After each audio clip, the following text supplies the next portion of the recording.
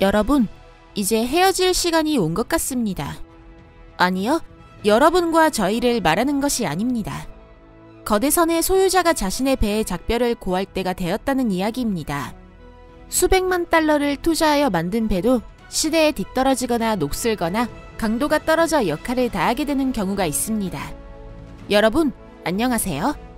2021년에는 1000척이 넘는 수의 배가 그렇게 사라졌습니다. 그것들은 모두 어떻게 되었을까요? 이쪽은 토픽입니다. 이번에는 몇백만 달러의 가치가 있던 배에 도대체 어떤 운명이 기다리고 있는지 소개해드리겠습니다. 흥미가 가시나요? 그럼 바로 시작합니다.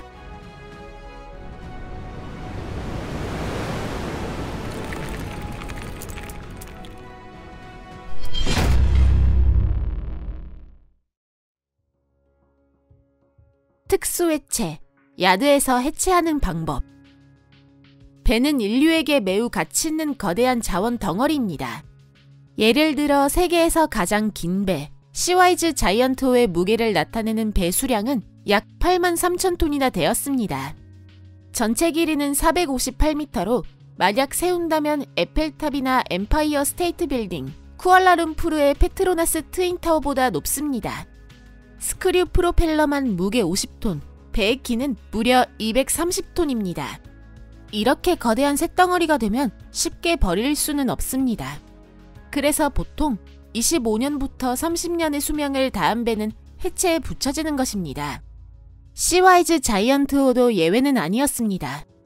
선박의 해체 방식은 몇 가지가 있으며 그에 따라 해체에 드는 비용과 작업자의 안정성 등이 결정됩니다.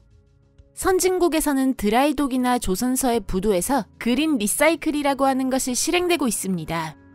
드라이독으로 해체하면 유해물질이 바다로 유출되는 것을 막을 수 있어 더욱 친환경적이라고 합니다.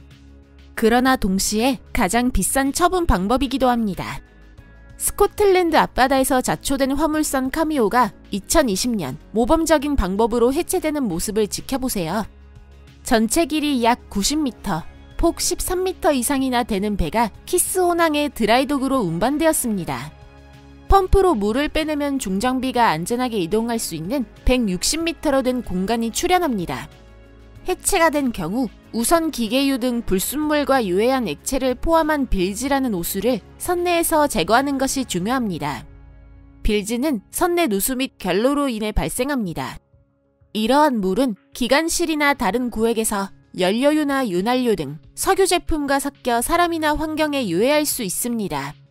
그러므로 해체 전에 펌프로 제거해야 합니다.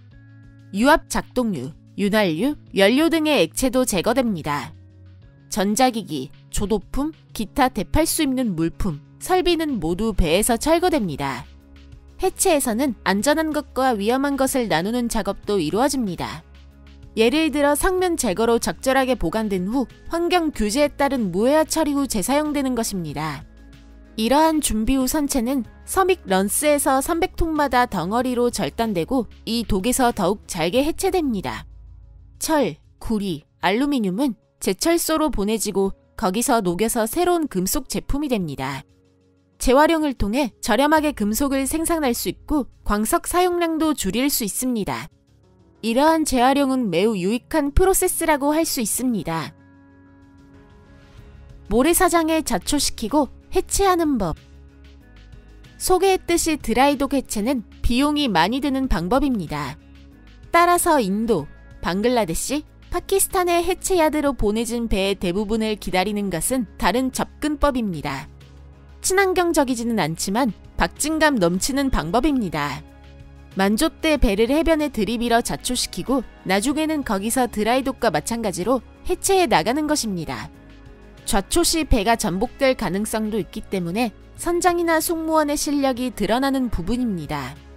그러나 기복이 웬만한 해안, 만조시 조이가 높은 곳, 그리고 무엇보다 싼 노동력이라는 조합. 그것이 좌초라는 것을 배 해체 기법의 주류로 만들고 있습니다. 세계에서 이루어지는 선박 해체 중 80% 정도가 아시아 개발도상국에서 이루어지고 있습니다.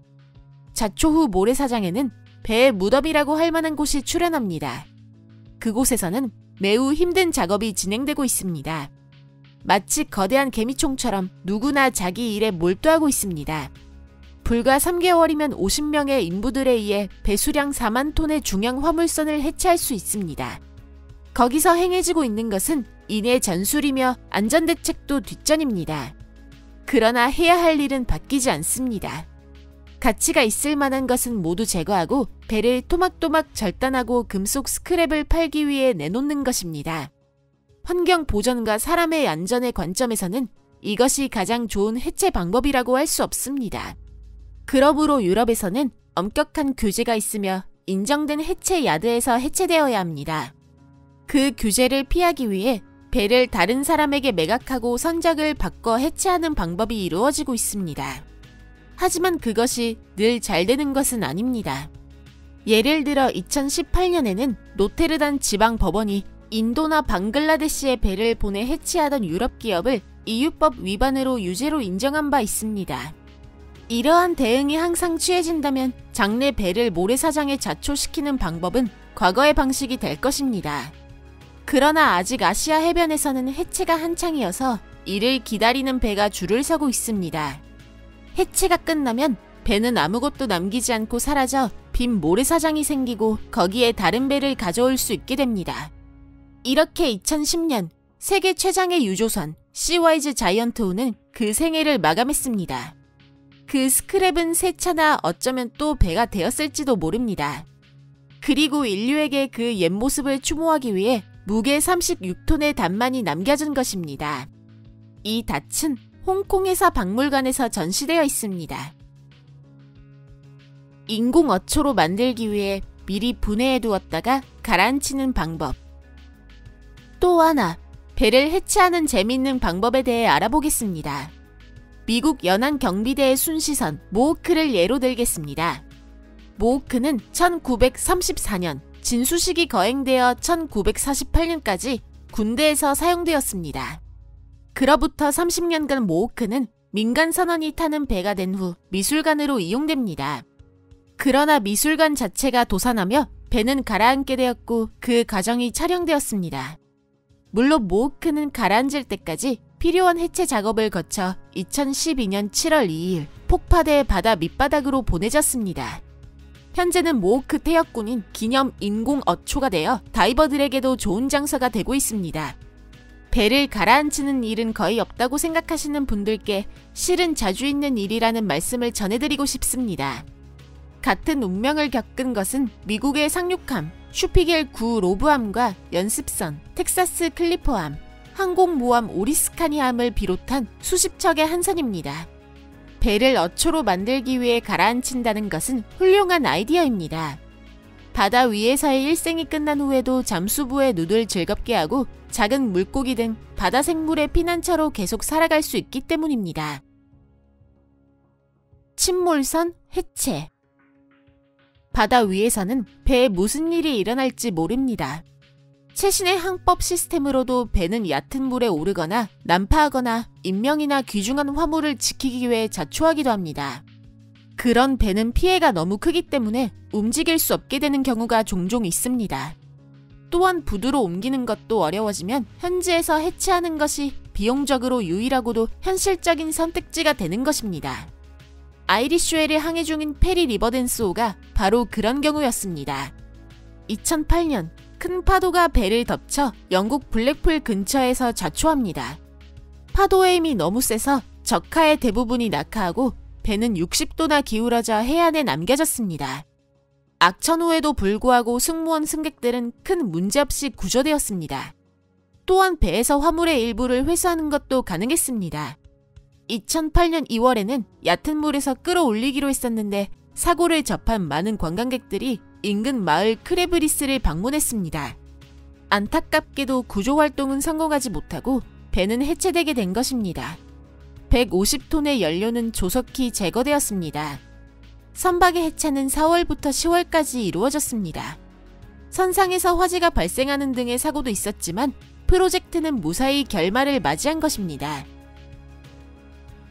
오늘 영상은 여기까지입니다. 끝까지 시청해주셔서 감사합니다. 영상은 마음에 드셨나요? 이 영상이 마음에 드셨다면 좋아요를 눌러주세요. 물론 아직 계신 분들은 구독도 잊지 마세요. 그럼 새로운 동영상이 공개되었을 때 가장 먼저 아실 수 있습니다.